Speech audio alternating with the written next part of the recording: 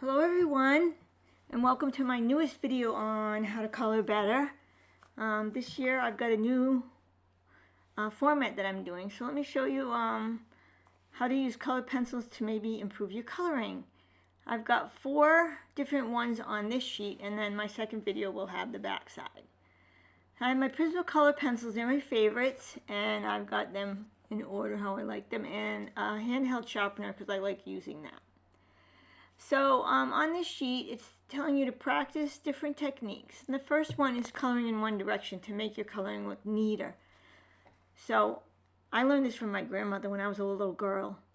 So I'm going to color this square in a horizontal way. So I'm going to stay horizontal the whole way across, staying in one direction. What it's going to do, it's going to give me a nice, neat, even look.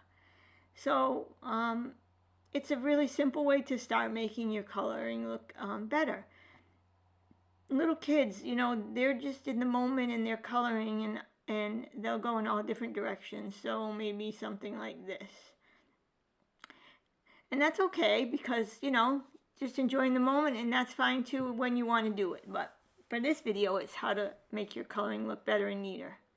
On the circle, coloring in one direction, you could go in a diagonal way, horizontal or vertical, but I'm going to try to color in the direction of the circle. And as you can see, I'm going like round and round, and it's not the easiest technique, especially if you're a beginner. So if you find this difficult or you're frustrated, then you can just color the circle horizontal, vertical, or diagonal. As long as you stay in one direction, it's still going to look nice and neat.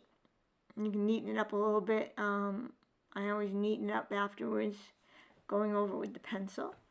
But I'll show you a little one where I'm just going to go in like a diagonal direction. It's still going to be nice and neat because I stay in one direction. Now, there we go. Alright, now I'm going to do this little cup. So I'm going to try to go in the direction of the shape of the cup, often called directional coloring. You're coloring the direction of the shape. It kind of helps the shape look like the way it is. I'm going to go show you other details in other videos though. I kind of leaving a little bit of white showing to maybe look like a reflection. You don't have to do that. And then I'm going to just go a little darker. Oh, I'm sorry about the wiggle in the video. I guess my table is not that sturdy. Alright, anyway, there we go. Nice and neat. Alright, let's see. Let's talk about coloring with value. Value creates a 3D effect, and it's also shading. Also, I'm going to stay in one direction. So, let's see. I need to know where my light's coming from.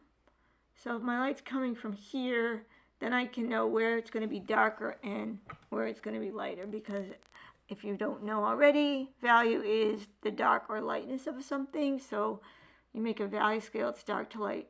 So the front has got like a medium value because the light is coming up here. But this back part of the cube would have a dark. That would be in shadow, probably the darkest part. And the top might be all white or just maybe very, very light, because the light's kind of shining right on that. And I stayed in one direction. How about this apple? How are we going to stay in direction on the apple? I'm going to give it a light. Let's give it a light source. So if the light's hitting over here, I'm going to make this a green apple. So let's see. I like to color with a nice sharp colored pencil. So I'm going to give this one a little... what's going on? My sharpener is giving me a bit of a problem. So while I fix this, here we go. I got it fixed. There we go. So we're going to give this apple a little bit of a green. And so I'm going to color in the direction of the apple. So that's the direction I'm using. And I'm going to kind of put like one even value on it at first. And then I'm going to go back and I'm going to darken where I think the shadow would be. So I'm going to give it some shadow. Pressing down harder, layering.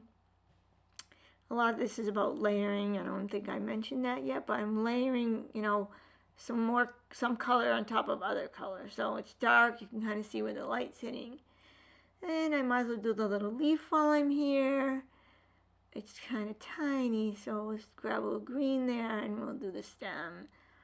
And we'll grab a little brown there, try to give it a little, leave a little highlight going on. What about this basketball?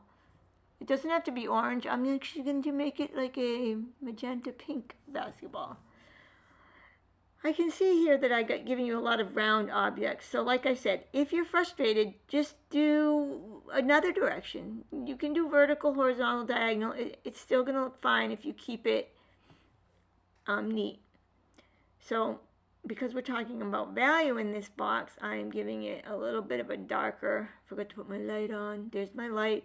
This time I'm going to have it coming down from the top, so I'm going to give it a little more shadow. Whenever you're coloring too, you can look up objects. You can put light on objects. You can Google things and you can see how to do light and shadow. So if the light's coming down, I'm giving it the darker value on the bottom of the basketball. Okay.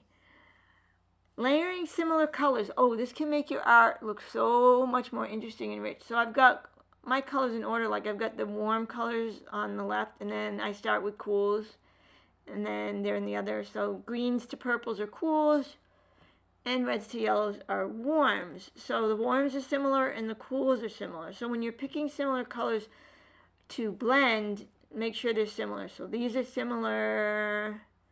These two are similar. Let's see, I'm going to pick two blues. These are similar. Two purples. They're very, very similar. So I don't know if I would do those. I would probably want to pick a darker purple. They're still similar. So you can use a color wheel if you're not sure of your warms and cools. That is not similar. These ones, I just put these out. These are not similar. These are not similar. These are not what we're doing. Those are contrasting, and that's a different lesson. So similar. You're going to pick two sets of similar colors. I'm going to start with these. So I got like an orange color, and I'm going to use the value that I used up here. So I'm going to press down hard to do dark. Then I'm slowly letting up pressure, getting lighter and lighter and lighter. I can go over to darken. So dark on the edge, lighter and lighter. It's all about pressure. So I'm pressing down hard, and then I'm going to go lighter and lighter and lighter and lighter. And I'm overlapping. So I'm putting the yellow on top of the orange to blend it together. I don't want stripes. Stripes is something different. Now if I just used orange, this is how it would look.